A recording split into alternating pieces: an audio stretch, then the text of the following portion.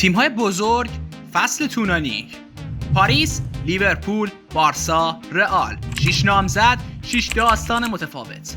برای اولین بار می‌خوایم درصد شانس هر کدومو با آمار و پیشبینی رسمی بررسی کنیم. دمبله چقدر؟ صلاح، امباپه، همینطور یامال. تا آخر بمون چون از این طرف شگفتی‌هایی داریم که همه رو میزنن.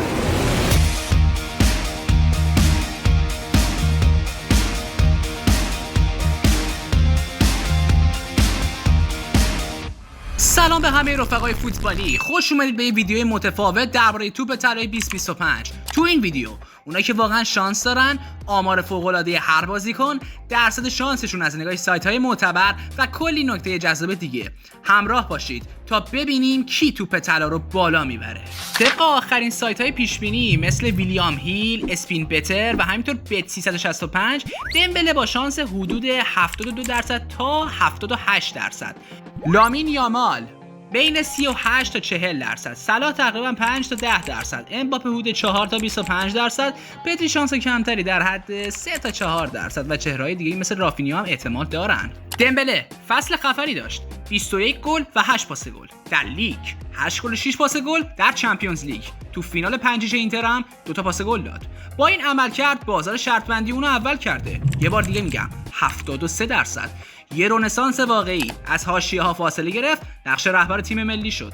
لامین یامال 18 ساله، جوونی شانسدار، 9 گل و 13 پاس گل در لالیگا، قهرمان سگانه بارسا و نمایش در CL در نیمه نهایی. شانس 38 تا 40%. اگه توپ طلا توسط رسانه‌ها به عنوان پدیده معرفی بشه، جایزه ممکنه تاریخ ساز بشه. سلطان کنستانته، موسلا با 29 گل و 18 پاس گل تو لیگ و حضور قوی تو تیم قهرمان. درصد شانس حدود 6 تا 10%. اگر لیورپول نایب قهرمان لیگ نشه ولی بهترین بازیکن فصل بشه، ممکنه غافلگیرمون کنه. ستاره رئال کلیان امباپه با 31 گل برای رئال ولی بدون جام بزرگ، شانس 4 تا 25%. اگر رئال یه قهرمانی مهم ببره، شانسش خب مثل یه موشک بالا میره. مغز بارسا پدری بعد از بازگشت از مصدومیت تو سگانه 3 نقش کلیدی داشت. آماری نداره اما شانسش 3 تا 4%. اگه رسانه‌ها ارزش هافبک سازی رو بفهمن، ممکنه سهم بزرگی بگیره. و در پایان جمع‌بندی. ببینید دمبله قوی ترین شانسه. اگر PSG 4 بگیره، تقریبا خب قفل میشه. و نفر دوم یامال، پدیده جوان، تاریخ ساز اما بدون CL، ممکنه به پای دمبله هم نرسه. و 3 صلاح کنستانته، در لیورپول درخشان ولی بدون راستیابی بین المللی. امباپه تو هر گل زنیش تهدیده ولی اگه جام نگیره شانسش خب کاهشه. 5 پدری با شانس کم اما اگر رسانه‌ها توجه کنن ممکنه غافلگیر کنیم.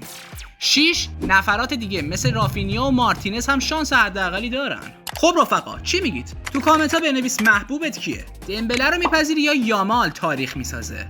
صلاح یا امباپه؟ بیایید صحبت کنیم. یادت باشه لایک، سابسکرایب و زنگوله رو فقط واسه ویدیوهایی مثل این بذار، چون قراره با موضوعات داغ بعدی بتره کنیم.